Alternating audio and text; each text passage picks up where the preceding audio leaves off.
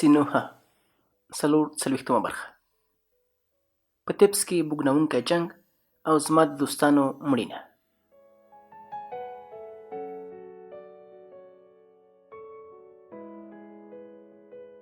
په تبس کې جنګ پیل شو. داسې جنګ چې د تبس نورو ټول جنګونه ورته ډېر کوچني وو. 3 ورځې او 3 شپې په تبس کې خلقو یو بل ووژل. کورونو ته یې اور ورته کړه چې د شپې پر مهال د جنګ ډګر ولیدلی شي.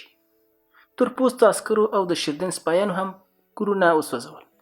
هر څه چې به یې لیدل لوټل به او پر هر چا چې به یې وس ورسېده وژل. د هغوی له نظره ښکرور او صلیبان یو شان وو او دواړه یې وشل. دغو عسکرو قمندان هماغه پپیت اتون و چې ما مخکې وویل.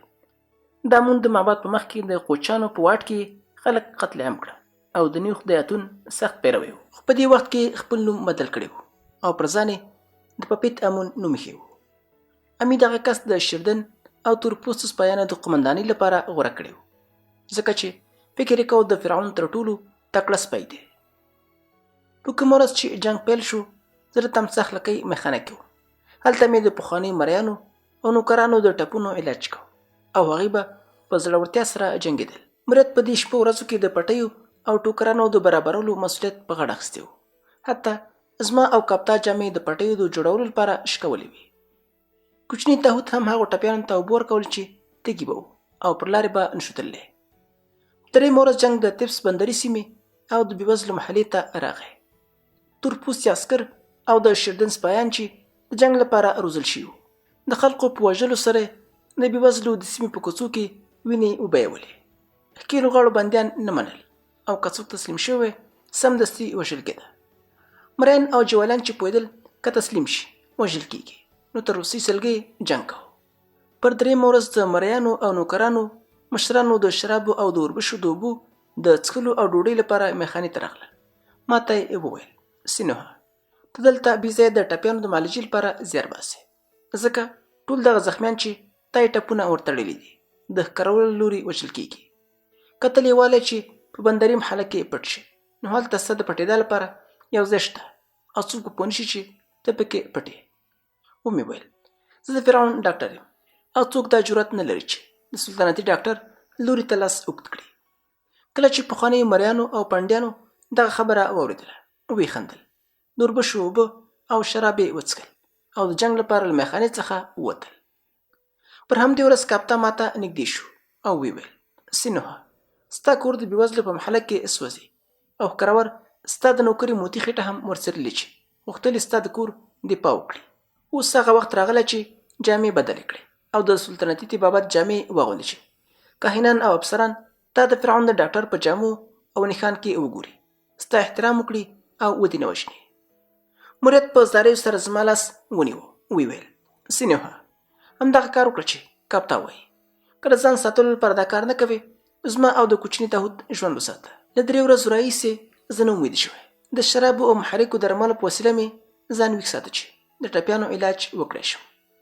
په دغو 3 ورځو کې مې هیله کوله چې د پخوانیو مریانو د تبس د بندر د پنډیانو کارګرانو او نورو کسانو مقاومت نتیجه ورکړي او صلیب په ښکر برلاسي شي. خو په هغه وخت کې متوجه شوم چې صلیبیان مات شوي او ښکرور برلاسي شوي دي. په دې وخت کې مې له ډېر ناهیلۍ څخه مریت ته نارې کړې ما ته خپل کور ارزښت نه لري. زما لپاره ستا تاحود او خپل ژوند مهم نه دی، ځکه دغه وینه چې ته یې وینې د ناڅرګند او نامعنی خدای اتون وینه ده. اتون زموږ هر یو په بدن کې دی. زموږ وینه چې بهیږي دا دغه وینه ده. نن چې اتون خدای له منځه ځي او وژل کېږي نو زه هم نه غواړم چې ژوندی پاتې شم.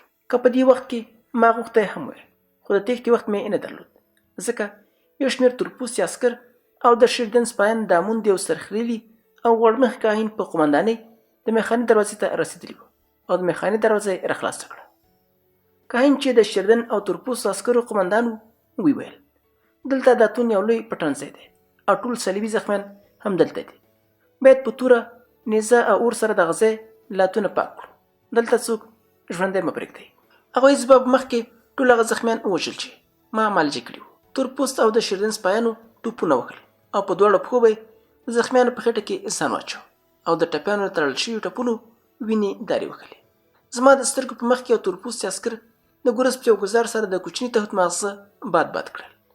تور پوستو سپایانو غوښتل زما په مخکې مرید ته هم سپکاوی وکړي او له دې کبله چې دې ښځې سخت مقاومت کوه، نو په یوه شیبه کې د هغې په خېټه او ټټر کې نیزه ننیسته. کله چې ما غوښتل له هغې سره مرسته وکړم ومې لیدل چې د عسکرو قمندان کاهن په سر باندې په ښکر ووهلم. زه پر ځمکه ولوېدم. نور پوه نشم چې څه کېږي. کله چې په هوښ راغلم لومړی مې فکر وکړ چې په لویدیځه نړۍ کې یم.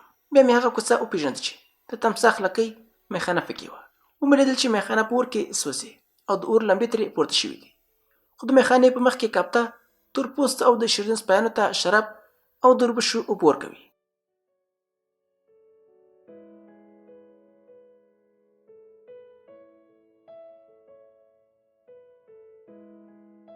تېرې پیښې راپه زړه شوې. تهوت د ماغزو تیتو پرک کېدل او د مرید په خېټه کې د نیزې ننوتل مې سترګو ته ودرېدل. غوښتل مې پاڅم خو ونه توانېدم او ځان مې پر ځمکه راکاږه تر دې چې د میخانې دروازې ته ورسېدم. هڅه مې وکړه چې میخانې ته ننوځم او له تهوت او مرید سره یو ځای شم. هلته مې جامو اور واخیست. ناڅاپه په کاپتا ولوېدم. نارې یې کړې. راغې، زه یې له اوره وایستم او د کوڅې په خاورو کې واچولم چې د جامو اور رامړ کړي. له دې کبله چې تورپوستو عسکرو او د شیردن سپیانو خندل، ممکنه وه چې ما ووژني. خو کاپتا وویل دغه سړی ډاکټر او د امون د معبد کاهن دی، ځکه چې که کاهن نه وی نو په دارالحیات کې درس ویلو ته نه پرېښود چې ډاکټر شي. خو د تېرو څو ورځو پیښو له امله لیونی شوی، نه پوهېږي چې څه وکړي. زه د کوڅې په منځ کې په خاورو کې ناست وم. سر مې په دواړو لاسونو ونیولی و. اوښکې مې تویېدلې او ویل مې مریت ته چیرې یې؟ ولې ستا مهربانه وجود په خپل څنګ کې نه احساسوم؟ کاپتا راته وویل غلی شه، ته دې ډېر لیونتوب مه کوه، ځکه چې ستا لیونتوب تر هغه ډېره بدبختي رامنځته کړه چې فکر یې کېده. خو زه نشم غلی کېده او په چیغو چیغو مې ژړل. کاپتا د دې لپاره چې ما غلی کړي وویل زما باداره، په دې پوه شه چې خدای نو بدبخته کړی، ځکه چې هغه راز چې نه ما او نه مرید تا ته ووایو دا ده چې تهوت ستا زوی و. له دې کبله چې تا له مرید سره ژوند کو او له تا څخه امیندواره شوي وه. دغه ماشوم یې زیږولی و، خو ته دومره پرې ګران و چې نه یې غوښتل دغه ماشوم شتون د دې سبب شي چې ستا په شان د یو سړي حیثیت او ابرو چې درباري ډاکټر یې له خاورو سره خاورې شي. له همدې امله یې ونه ویل چې دغه ماشوم ستا زوی دی، ځکه چې بیا به مجبوره شوی چې له هغې سره منګی مات کړي او هغه ستا رسمي مېرمنه شي. مرید په وار وار له ما سره خبرې کړې وې او هر ځل به یې ویل نه غواړي چې خلک داسې ښځه د سینوها رسمي ښځه وګڼي چې هغې په میخانه کې خدمت کړی وي. دغسې مېرمن دا وړتیا نه لري چې د هغه تر څنګ ژوند وکړي. نن سبا په تبس او د مصر په نورو ښارونو کې داسې کسان ډېر دي چې وایي موږ په تمساح میخانه کې د مرید له لاسه شراب څښلي دي. سینوها زما باداره، کله به نشوه نه وي نو باید په هغه ورځ له تهوت او مرید سره له دې ښاره وتلی وی چې ما درته وویل. خو ته چمتو نه شوې چې له دې ښاره ووځې او ستا د لیونتوب په نتیجه کې دواړه ووژل شول.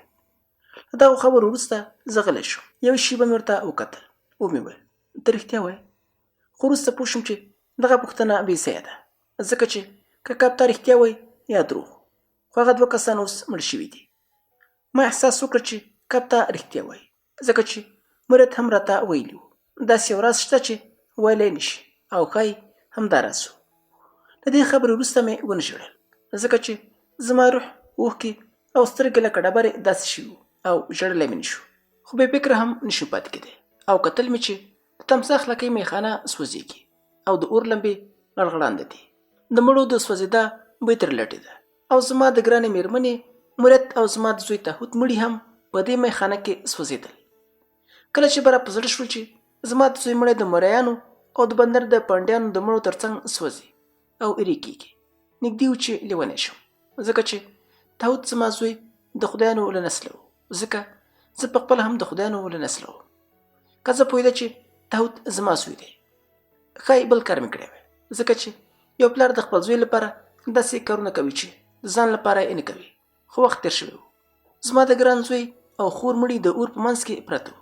ما حتی د هغوی مړي له نابودۍ نشو ژغورلی چې په خپلو لاسونو دواړه مومعي کړم او په یو ستر او کلک قبر کې کېږدم، له دې کبله چې جنګ خلاص شوی و. کاپتا ما ته وویل راځه چې لاړ شو او تا امي او پپیت امون ته ورولم. هغوی اوس د نیل په څنډه کې دي او ته به هلته په امن کې.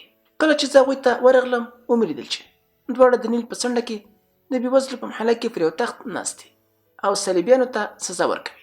تورپوستو عسکرو او د شردن سپایانو شیبه په شیبه دوی ته صلیبي اسیران راوستل او هغوی د صلیبي اسیرانو په هکله داسې عدالت اجرا کوه.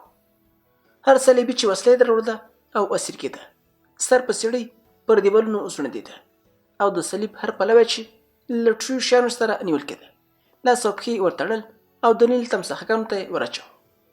سلګونه تمساحګانې په تمه وې او کله چې به ګوله ورغله نو دوی به پرې حمله کوله. عادي صلیبیان چې نه به ورسره وسله وه او نه لوټ شوي شیان هغوی به په مترکو وخل او بیا به یې کانونو ته د کار کولو لپاره استول. د صلیب د پیروانو میرمنې به یې تورپوستو عسکرو او د شردن سپایانو ته ورکولې چې وینځي یې کړي، له دې کبله چې د صلیب د پیروانو په کورونو کې بل څه نه پاتې چې د امون او د نورو خدایانو پیروان یې لوټ کړي نو د هغوی زامن یې اسیرانول او بیا به یې د خرڅلاو لپاره بازار ته بیول. د صلیب د پیروانو په دار کېدلو، په سیند اچولو او مترکو وهلو د نیل څنډه په یو لوی قتل ځای او د شکنجې په یو مرکز بدله شوې وه، د دې لپاره چې امي د امون د کاهنانو مینه او توجه راجلب کړي. ویل به زه به د مصر له خاورې چټله وینه لرې کړم. پپیت امون هم په بېرحمۍ سره د اتون پیروان وشل او په مترکو وهل چې کانونو ته یې بوځي. هغه د دې لپاره دغه کار کاوه چې کله د اتون پیروان په تبس کې بریالي شوي وو دغه کور یې لوټ کړی و او دغه پیشوګانې وږي پاتې وې. پپیت دا خبره نه شوه هېرولی نو په دغه وخت کې فرصت ترلاسه کړی و چې د اتون له پلویانو څخه ځان او خپلو پیشوګانو غچ واخلي. د نیل پر څنډه 2 ورځې وجنه روانه وه. پر دویمه ورځ د نیل په ساحل کې د بېوزله د کورونو ټول دیوالونه دغو کسانو په مړو ډک شول چې سر په سړي په دیوالونو پورې رازمن کړي وو. د امون کاهنانو پر بله ورځ خوشحالي کوله او د خپل خدای مجسمه یې پورته کړې وه.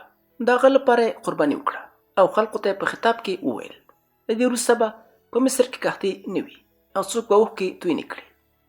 د دې لپاره چې امون راستون شوی دی دغه خدای بیا راژوندی شوی او امون به هغو کسانو ته برکت ورکړي چې پر هغه عقیده لري. اوس کارونه پیل کړئ. د امون په کروندو کې تخم وشیندئ او ډاډه اوسئ چې امون به د هغه تخم په بدل کې چې تاسې په ځمکه کې کرئ 10 برابره دانه درکړي او په مصر کې به غنم خپل ارزښت له لاسه ورکړي. خو په واقعیت کې نه په مصر کې قحطي ورکه شوه او نه هم په تبس کې ګډوډي پای ته ورسېده. تورپوستي عسکر او د شردن سپایان د تبس د ښار د نارینهو، ښځو او ماشومانو د ژوند خاوندان وو. هر څوک چې بې زړه غوښتل هغه یې وژه.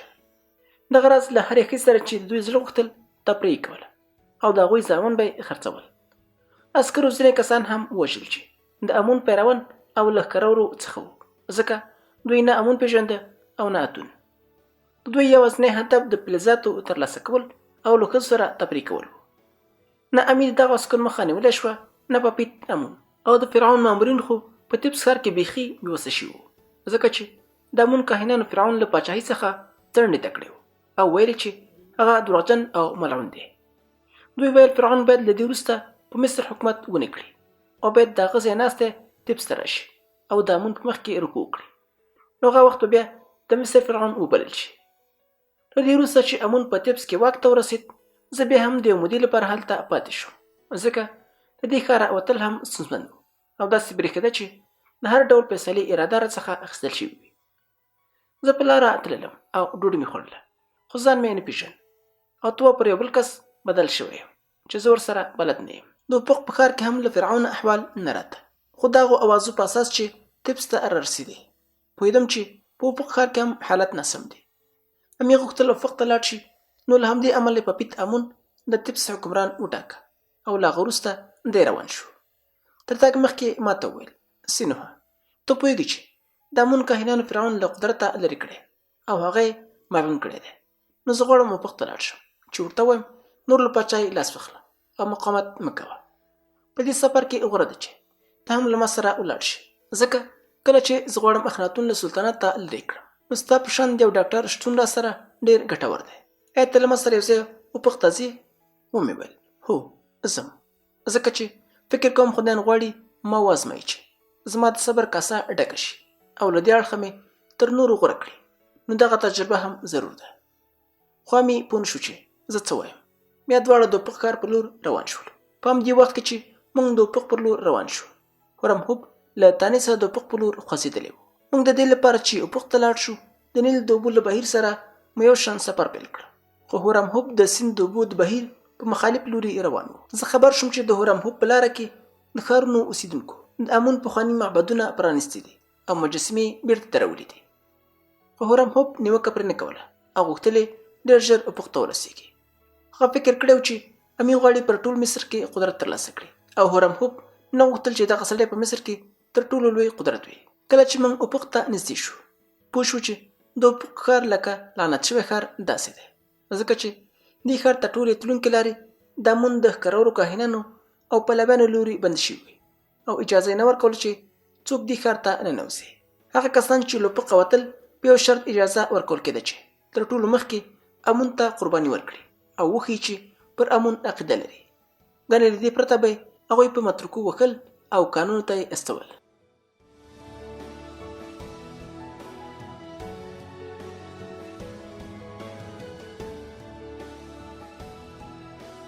د امون د کاهنانو له اجازې پرته چا د نیل لارې چې د افق اصلي لار ده سفر نشي کولی، ځکه چې دغو کاهنانو د نیل لاره هم په مسي زنځیرونو تړلې وه. امي د دې لپاره افق ته روان و چې فرعون د سلطنت پرېښودو ته مجبور کړي او کاهنان هم پوهېدل چې امي د دوی نږدې متحد دی. نو زموږ د کښتۍ پر وړاندې مسي زنځیر پرانیسته او موږ تیر شو. کله چې کښتۍ د افق ښار ته ورسېده زه د افق د باغونو په لیدو حیران شوم، ځکه په باغونو کې ګلان او شنه بوټي ټول وچي وو او د ونو حالت د دې ښودنه کوله چې باغونو ته یې اوبه نه دي ورکړي. په نورو وختونو کې به کله چې چا له نیله د افق په منځ کې سفر کوو د مرغانو غږونه به یې د ساحل په ښي او کیڼ اړخ کې اورېدل. خو پر دې ورځ ما د مرغانو غږونه ونه اورېدل او داسې ښکارېده چې مرغانو له دې ښاره هجرت کړی وي. هغه باغونه چې فرعون او د دې ښار نورو خانانو جوړ کړي وو د نوکرانو او خانانو له هجرت وروسته شړه شوي وو، ځکه داسې څوک نه پاتې شي باغونو ته اوبه ورکړي. هېڅ ځینو باغونو څخه د خرابه شومړو بویونه لټېدل او کله چې مې د دې بوی علت وپوښته پوه شوم چې په غجلو کې څاروي او په جنګړو کې سپیان له لوږې او تندې مردار شوي او بوی کړی دی. خو فرعون او د هغه کورنۍ لا په خپله ماڼۍ کې وه او هماغلته یې ژوند کوه. یو شمېر بوډا او وفادار نوکران او مریان هم ورسره پاتې وو. دغه نوکرانو د ډېرې وفادارۍ له امله فرعون نشو پرېښودلی او بوډا درباریان هم پوهېدل چې په بل ځای کې کوم کار نشي کولی. کله چې زه افق ته ننوتم متوجه شوم چې فرعون او درباریان د سپوږمۍ له 2 ځله ګرځېده، یعنې له 8 ورځو راهیسې په حالاتو باندې خبر نه دي، ځکه چې د امون کاهنانو چاته اجازه نه ورکوله چې د افق ښار ته راشي. په سلطنتي ماڼۍ کې د خوړو کمښت احساسېده او درباریانو لکه فرعون غوندې ساده ډوډۍ خوړله او ساده ژوند یې کوه. امي ما ته وویل له دې کبله چې ته فرعون ته ډېر نږدې او هغه په تا باور لري، پوهېږي چې دروغ نه وایي، نو هغه ته ورشه او په هغه څه خبر کړه چې پېښ شوي دي. زه په غمجن روح سره هغه ته ورغلم. فرعون چې ښکته کتل سر یې راوچت کړه، په داسې حال کې چې د سترګو ځلا یې کمه شوې وه. ما ته یې وویل سینوهه ای زما له ملګرو څخه یوازې ته رسن شوی، که نور کسان هم راغلي دي. ما په تبس کې ډېر ملګري درلودل چې ډېر راباندې ګران وو. ما ته وویل چې هغوی څه کوي. ومې ویل ای فرعون اخناتونه پخواني خدایان په تېره بیا امونچي ته راپرځولی وو، بېرته په تبس کې واک ته رسېدلی دی. خدایي کوي کاهنانو د امون مجسمه بېرته درولې ده او د پخوا په شان ورته قرباني کوي. خلک په دې ډېر خوشحاله دي چې خپل خدایان یې بېرته ترلاسه کړي دي. پر تا لعنت وایي، ملعون دي بولي، له ټولو ځایونو له معبدونو ډبرلیکونو او مجسمو څخه ستا نوم پاکوي او وایي چې ته دروغجن فرعون یې او باید له سلطنته لاس په سر شي. کله چې فرعون دا خبره واورېده هیجاني شو، مخ یې لږ سور شو او ویې ویل سینوهه ما له تبس د حالاتو په هکله له تا پوښتنه ونه کړه، بلکې ما وپوښتل چې زما ملګري څه شول او زما یاران څه کوي. ومې ویل اخناتونه ته دې په ملګرو څه کوې؟ ستا لپاره څه اهمیت لري چې هغوی ژوندي دي که مړه؟ هغه څه چې تا ته اهمیت لري ستا مېرمنې بچیان او زومان دي، خو ستا ښځه ملکه نفرتیتي او ستا بچیان ستا تر څنګ ناست دي. ستا یو زوم سمنخګر په نیل سیند کې کبان نیسي او بل زوم دې توت له نانځکو سره لوبې کوي، هره ورځ خپلې نانځکې مې کوي او په قبر کې ږدي. فرعون لکه چې زما خبره نه وي اورېدلې وویل زما ملګری تطمس چې ستا ملګری هم و چیرته دی؟ دغه ستر هنرمند چیرته دی چې په خپل هنر سره ډبرې ته سا ورکوله او کاڼو ته یې تلپاتې عمر ورکو؟ ومې ویل اخناتونه هغه له دې کبله چې ستا او ستا د خدای په وړاندې ډیر وفادار و. تورپوست عسکرو لوري وژل شو. هغه یې په نیزي سره سوری کړه او مړی ورته په نیل کې واچو. تمساحګانو یې مړی ټوټه کړه او اوس دغه سړي د مجسمه جوړولو په کارخانه کې د شپې په مهال شغالان اتڼ کوي. اخناتون په داسې بڼه چې ته له مخه پرده لرې کوي لاس وښوراو او د خپلو هغو ملګرو نومونه یې واخیستل چې په تپس کې وو. د هر نوم له اخیستو وروسته ما به ورته وویل هغه ستا او ستا د خدای لپاره ووژل شو. او مې ویل هغه ژوندی دی او اوس د امون لپاره قرباني ورکوي او پر تا لعنت وایي. کله چې فرعون د ملګرو د نومونو له اخیستو فارغ شو ما وویل ای فرعونه پوه شه چې دا تون د خدای دوره پای ته رسېدلی. هغه نور نسکور شوی دی او په نړۍ کې یو ځل بیا امون خدای کوي. فرعون خپل ډنګر لاسونه وښورول او خپلې مخې ته یو لرې ټکي ته وکتل او ویل اتون ازلي ابدي او نامحدود خدای دی او یو نامحدود خدای په یو محدوده نړۍ کې نشي ځای دی. نو عجیبه نه ده چې هغه یې نسکور کړی دی. خو اوس چې اتون له منځه تللی او هر څه د پخوا په شان کېږي. په نړۍ کې د وحشت ظلم کینې او جهالت حکومت دی. نو له همدې امله غوره ده چې زه هم مړ شم او د امون او د ویرې او وحشت د نورو خدایانو وخت او پیر ونه ګورم.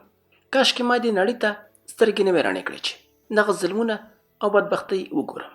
ومې ویل ای فرعونه ته خو پوهېدې چې په دې محدوده دنیا کې یو نامحدود خدای نه ځای ده او د خلقو کوچني فکرونه د دې وس نه لري چې د یو ناڅرګند او بې مجسمې خدای عبادت وکړي.